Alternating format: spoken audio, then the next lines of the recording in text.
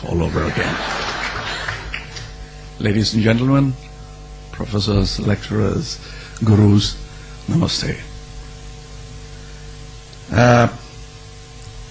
I wouldn't know the difference between a good lecture and a bad lecture, for I've never done that. I've just spoken to people, and all that I've learned has been extramural, outside the walls of the ones, like the ones I see here. So I've come here as I had gone to my 8th standard annual examination, unprepared.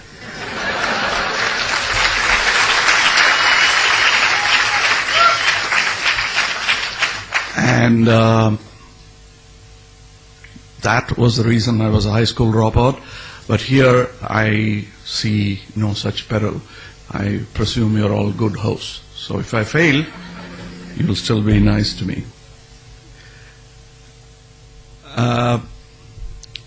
Talking of my learning, it's all been rag picking through the intellectual garbage that abounds in society.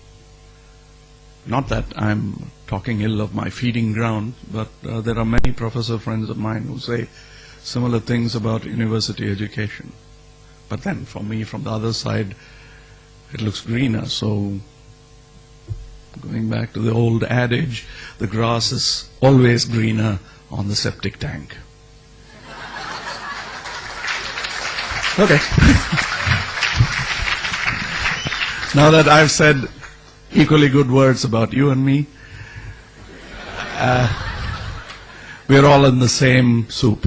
So let's learn to swim as I have. And if you have any particular questions about strokes, let me tell you, because I learned it all on my own. I envy you guys because you have it all on a platter. I would have liked to be here, but I didn't qualify. I was a bit slow. What would take you about 4 or 5 years has taken me 25 years. That's what happens when you don't have an agenda, an academician looking down on your syllabus, looking at your syllabus, and probably looking down too. Some of my professor friends say they're very unhappy the way the country is being educated. It is definitely a change from the Mackello times where we were only creating clerks and babus for governmental use. We've come a long way from there. And if you're wondering why I've not hit the title I've been given, I told you I didn't come prepared. So I'm not going to use the cliche of hitting the title that's given to me. You ask me questions which is pertinent to what you think is the title, and we'll take it up from there, because that's how I learned, through questions. So this is going to be a learning experience for me. If you have questions, please do ask. I spare you lectures. You've heard enough. Thank you. Yes. Good evening, sir. I'm Gautam from first year, and I'm very thankful that I'm in the same stage where you are, at least in the same room. So am I. Go ahead. It's not, and it's like they say, with great power comes great responsibility, and you being so old, I mean, to your, if I'm allowed to say that by measuring your experience in such a young field, that is the Tamil industry, what do you see as a responsibility that's been bestowed on you, and how do you think you'll guide this? You've seen some of the Tamil films, Hindi, even Telugu. I'm a Tamilian. Tamilian, okay, let's start with where it hurts you. You say, talk of responsibilities. You've seen the film. Do you think we are responsible people at all? Yes. You look at our films, we are irresponsible. That's what comes through them. One or two guys raise a voice in between to make us seem responsible. Yes, there is a responsibility. There is a civic responsibility as much as it is there for a pedestrian. It is there for an actor, a filmmaker too. But we seem to have forgotten in pursuit of working for money bags. I know it is a management school, and I must talk to you about compromises and how to manage. You don't have to compromise. You still can make money. I'm a standing proof.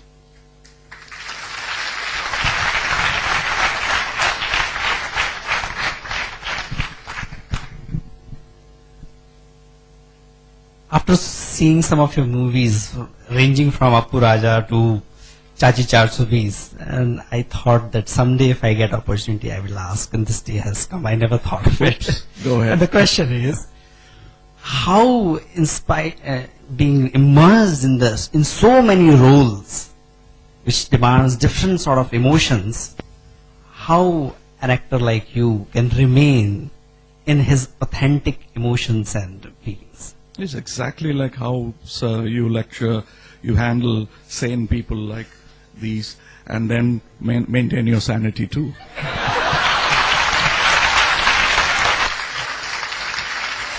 So,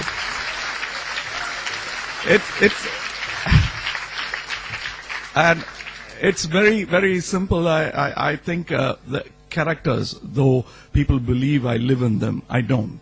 I rent them out. The space is rented out. I just walk into them, live happily there, but not ever after. I walk out. Yes, sir. So you said you've learned by swimming in the chance of toughness and all. You've had very varied experiences.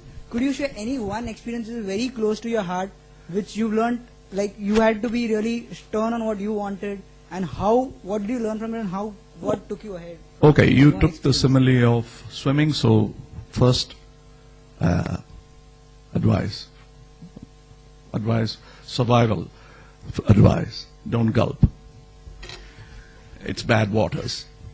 So you paddle, keep your head out of water, but don't go with the flow, because you don't know if there is a falls at the end of this flow. So try to reach the bank and choose your bank. It's difficult. Nothing is going to be easy. Eating and defecating is as difficult. Sorry, we're getting into the cesspool, so I'm getting into the mode and getting into the character. So what I'm trying to tell you is that what will happen? The worst is that you don't swim well, you'll drown. You die anyway. So give it that full throttle and reach out to your chosen bank. That's the kind of spirit you have to, some of you must have read the last lecture. One need not be on the verge of death to get that spurt. On the verge of life can give you equal amount of spurt like that. In my business, yes, at 21 I thought of killing myself, because I thought I am a lonely genius in this world, bereft of it. Bereft of such commodity called genius. But then gravity is a good teacher. Sort of, however big your wings are, it makes you land at one time or other. So I landed fortunately at around 23, 24. And I found a big crowd of similar people wanting to slit their veins. And they didn't. They are my friends even today. Not all of them are in films. Some of them are teachers, some of them are poets. A few of them are in the forest. The police are looking for them. But they are idealists. They are what they thought they were. But they are not alone. That's what I realized, and that's the turn in my life. Thank you.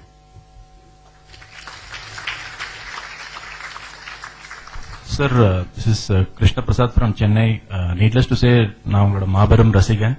I have two questions for you.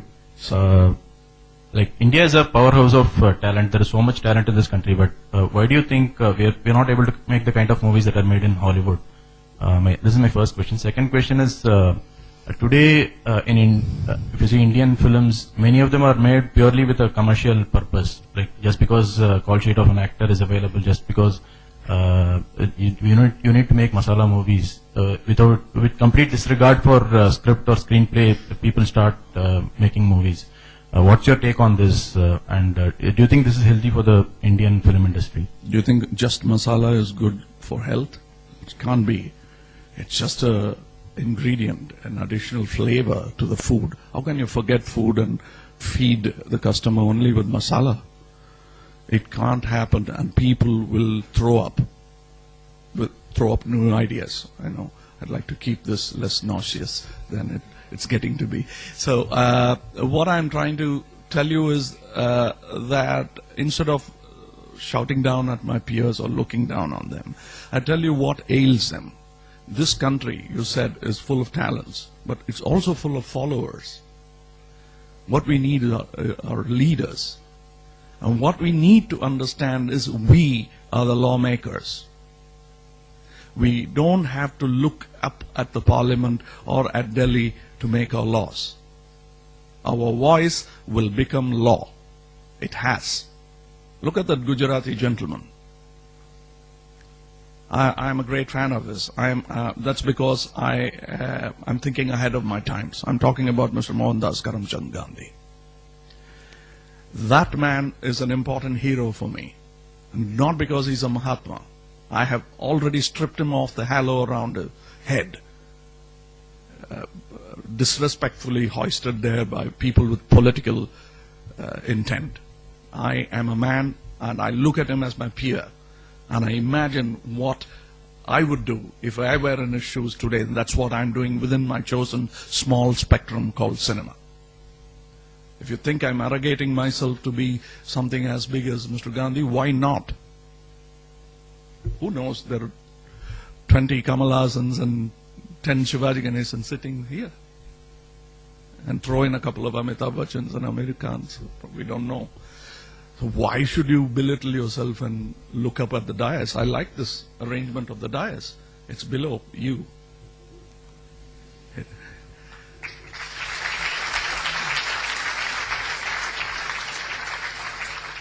So I